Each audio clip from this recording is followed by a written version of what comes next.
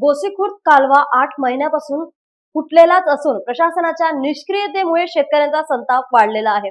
कोट्यावधी रुपये खर्च करून पाणी शेतात न पोहोचताय वाया जात आहे, तर दुरुस्तीबाबत कोणतीही ठोस हालचाल दिसत नाही आहे. गोसीखुर्द प्रकल्पाचा कालवा अतिवृष्टीमुळे गेल्या ऑगस्ट महिन्यात फुटला होता.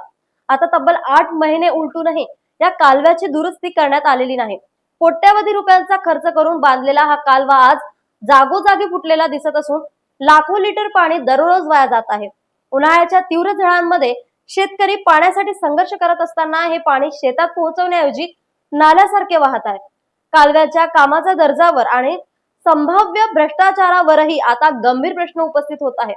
शेतकऱ्यांचा संताप वाढत असून तातडीने दुरुस्ती न झाल्यास आंदोलनाचा इशारा देण्यात आलेला आहे.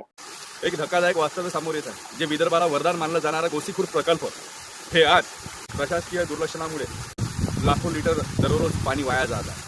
जवळपास 8 महिन्याच्या अगोदर पावसाळ्यामध्ये ह्या गोसीखुर्द कालव्याचा पाठ फुटला आहे आणि इथून बाजूला असलेल्या जंगलामध्ये पाणी वाया जात आहे. या उन्हाळी धान पिकाच्या वेळेस शेतकऱ्यांना जे पाण्याचं महत्त्व असते, पाण्याची जे गरज असते, परंतु ते शेतकऱ्यांना पाणी दिलं जात नाही आहे.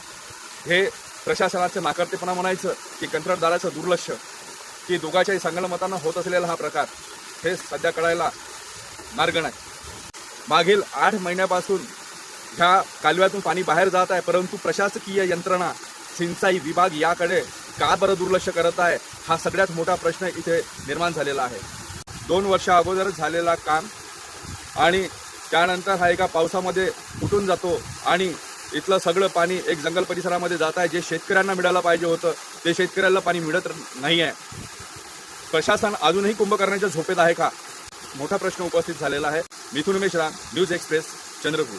न्यूज एक्सप्रेस करता चंद्रपूरवरून मिथुन मेश्राम यांची बातमी.